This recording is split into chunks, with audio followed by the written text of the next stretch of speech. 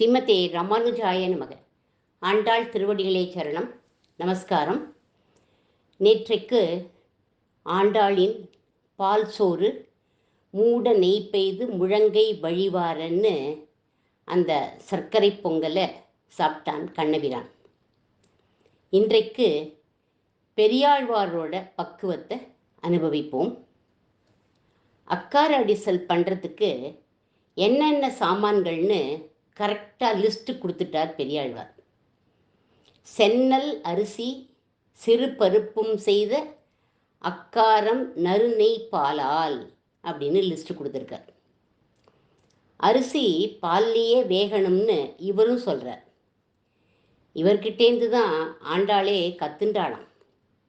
பெரியாழ்வார் ரொம்ப நன்னா தளிக பண்ணுவாராம். சர்க்கரை பொங்கல்னா கண்ணனுக்கு ரொம்ப ரொம்ப பிடிக்குமா.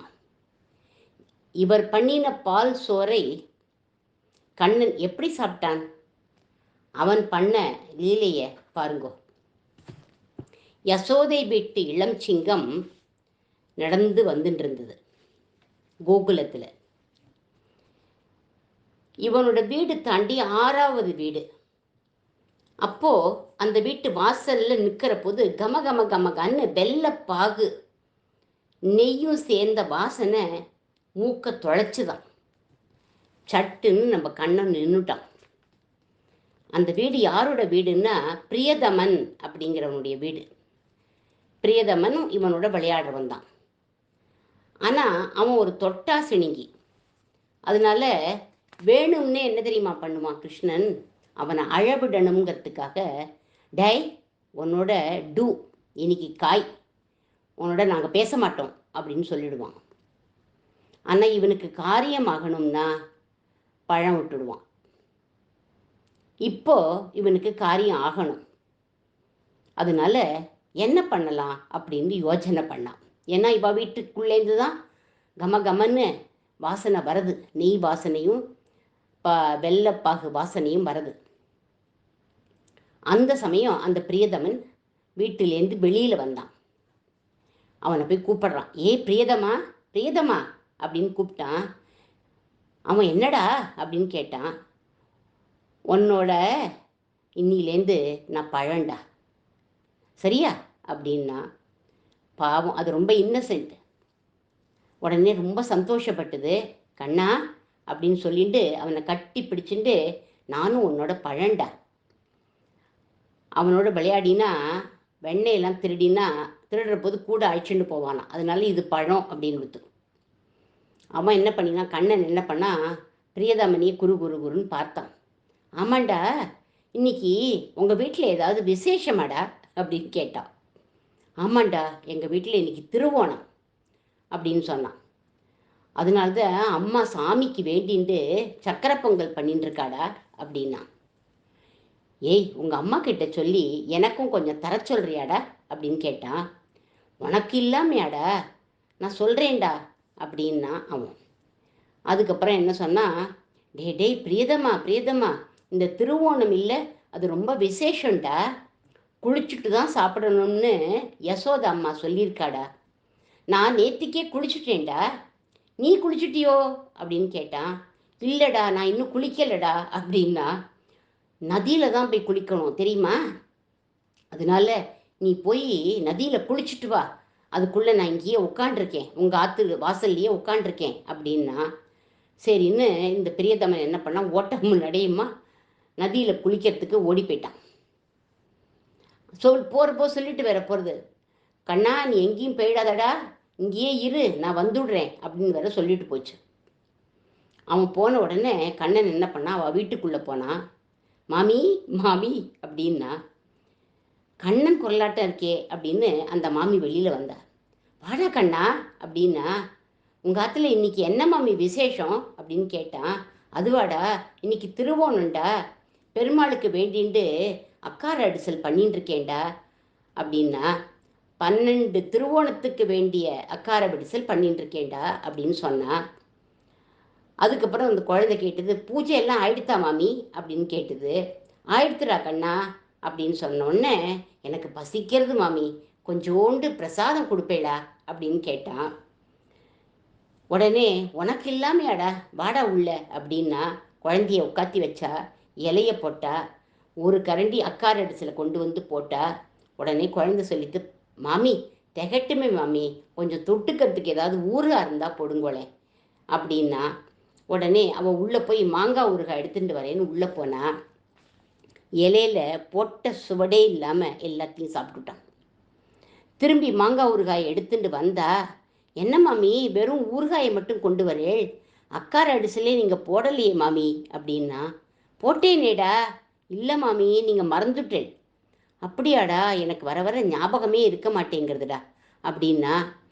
மாங்கப்புழுவை போட்டுட்டு உள்ளே போய் அக்கார அடிசல் கொண்டு வர போனா.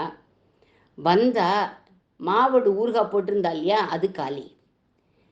இலையில ஒன்றுமே இல்லை. இப்போ ஊறுகாய் எங்கடா அப்படின்னு கேட்டா, நீங்கள் போடவே இல்லையே மாமி அப்படின்னா.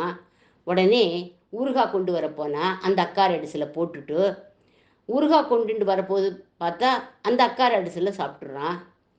திகட்டுமே மாமி, கொஞ்சோண்டு ஊறுகாயை போடுங்கோளேங்கிறான்.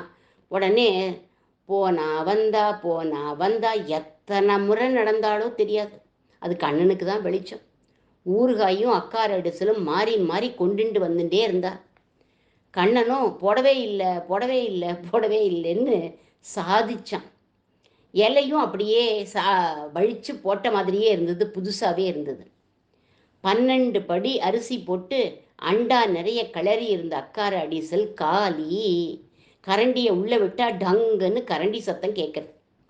மாமி ஊறுகா மாமி ஆச்சுடா, எல்லாம் எல்லாம் காலி ஆயிடுத்து, எப்படி ஆச்சுன்னே தெரியலடா அப்படின்னா. நன்னா இருக்கு மாமி, நானும் சின்ன குழந்த, எப்படி நான் அத்தனையும் சாப்பிட்ருப்பேன், என் வயிறு நிரம்புற மாதிரி உங்களுக்கெல்லாம் சமைக்க தெரியல மாமி அப்படின்னு சொல்லிட்டு அவளோட புடவை தரப்புலேயே கையை தொடச்சுட்டான். வெளியில் வந்துட்டான். பாவம் இந்த பிரியதமன் குளிச்சுட்டு ஓடி வந்தது. அவன்கிட்ட சொல்கிறான், உங்கள் அம்மாவுக்கு எவ்வளவு சமைக்கணும்னு அளவே தெரியலடா, அதனால தாண்டா நீ இப்படி ஒல்லியாக இருக்க, இனிமே ஒன் பேச்சு டூ அப்படின்னு சொல்லிட்டு ஓடி போயிடுது. இதை யசோதை கிட்ட சொல்லி பிரியதமனோட அம்மா உட்காந்து அழறா. இந்த மாதிரி நான் பண்ணினேன், ஒன்று கூட இல்லை அப்படின்னு சொல்லிட்டு, ஒன்றுமே இப்போ சாப்பிட்றதுக்கும் இல்லை அப்படின்னு சொல்லி அழுதா. உடனே அவள் என்ன பண்ணினா, யசோதை வா வந்து உட்காந்துக்கோன்னு சொல்லி சாப்பாடு போட்டு அவளை அனுப்பினாளாம். பெரியாழ்வார் பாசுரத்தை பாருங்கோ. சென்னல் அரிசி சிறுபருப்பும் செய்த அக்காரம் நறுநெய் பாலால் 12 திருவோணம் அட்டேன். 12 திருவோணத்துக்கு வேண்டியதை இவ பண்ணியிருக்கா. பண்டும் இப்பிள்ளை பரிசறிவன் இன்னும் உகப்பன் நான் என்று சொல்லி எல்லாம் விழுங்கி போனான் உன் மகன் அப்படின்னு ஆழ்வார் பாசுரம் பாடுற. இந்த மாதிரி மூட நெய் பெய்து முழங்கை வழிவாரன்னு அப்பாவும் பொண்ணும் சொன்னா, சக்கரை பொங்கலை சாப்பிட்றதுக்காக கண்ணனை கூப்பிடுறா ஆண்டாள். எப்படி கூப்பிடுறா, எங்களோட கூடி இருந்து நீ சாப்பிடணும் அப்படின்னு ஆசைப்படுறா ஆண்டாள். நாங்கள் மட்டும் தனியாக சாப்பிட மாட்டோம், அன்னைக்கு எங்களோட அண்ணன் தம்பிகளோட நீ வனபோஜனம் பண்ணின ஞாபகம் இருக்கா, அந்த மாதிரி எங்களோட கூடி இருந்து நீ சாப்பிடணும். பிப்ரத்வேணும் ஜடரபடயோஹோ ஸ்ருங்கவேத்ரே ஜகக்ஷே வாமே பானௌ மஸ்ருணகவலம் தத்பலானங்குலீஷு திஷ்டன் மத்தியே ஸ்வபரிசுஹ்ருதோ ஹாசயன் நர்மபிஸ்வீஹி ஸ்வர்கே லோகே மிஷதி யஜ்ஞபுக் பாலகேளியே. கோப குழந்தைகளோட கூட கண்ணன் இடுப்பில் புல்லாங்குழலில் சொருகிண்டு மாடு மேய்க்கிற பெரம்ப கஷ்கத்தில் இடுக்கிண்டு இடது கையில் தயிர் சாதம், விரல் இடுக்கில் விதவிதமான ஊறுகாய்கள் அத்தனையும் வச்சுண்டு மசுரின கவலம் தத்பலான் அங்குலீஷுங்கிறார். மசுரின கவலம்னா தயிர் சாதம், அதை ஒரு கவலம் சாப்பிடுவான். விரல் இடுக்கில் இருக்கிற நார்த்தங்காயோ என்ன ஊறுகாய் இருக்கோ அதை ஒரு கடி கடிச்சுப்பானான். இப்படி ஒவ்வொரு கவலத்துக்கும் விரல் இடுக்கில் இருக்கிற ஊறுகாயை கடிச்சு கடிச்சு சாப்பிடுவானாம் அப்படின்னு பாகவத ஸ்லோகம். சூழ்ந்து நிற்கிற குழந்தைகள் கிருஷ்ணா இந்தாடா மாவடு அப்படின்னு கொடுக்கும். டேய் அவன் எச்ச பண்ணிட்டு கொடுக்குறான்டா வாங்கிக்காதடா அப்படிங்கோ இன்னொன்று. டேய், நான் இந்த பக்கம் தாண்டா கடித்தேன், நீ இந்த சைடு கடிச்சுக்கோடா அப்படின்னு சொல்லும். ஒன்று என்ன தெரியுமா பண்ணும், அவனோட வாயில் ஊட்டி விடும். அவன் கடித்த மிச்ச பாதியை எடுத்து தன்னோட வாயில் போட்டுக்கும். இப்படி குஷியாக அவளோட சாப்பிடுவியே கண்ணா அப்படின்னு சொல்கிற ஆண்டாள். ஆண் பிள்ளை பசங்களோட தான் சாப்பிடுவியா, பெண் குழந்தைகளான எங்களோடையும் சாப்பிட மாட்டியா அப்படின்னு கேட்குறா ஆண்டாள். இந்த ஊர் பெரியவாள்லாம் ஆம்பளைங்களோட சேரக்கூடாதுங்கிறா, நீ எங்களோட கூடியிருந்து சாப்பிடணும் கிருஷ்ணா அப்படிங்கிறா. ஏகாந்தமாக இருக்கிறது பெருமாளுக்கே கூட பிடிக்காதான். பெருமாள் பிராட்டியோடு தான் எப்போதுமே ரமிக்கிறார். சுவாமி புஷ்கரணி தடே ரமையா ரமமா நாயன்னு தான் சொல்கிறோம். எனவே கூடியிருந்து பிரசாதத்தை ஏற்றுக்கிறதுல தான் ஆனந்தம். பரமாத்மாவும் ஜீவாத்மாக்களுடன் சேர்ந்திருந்தால்தான் அவருக்கும் ஆனந்தம்.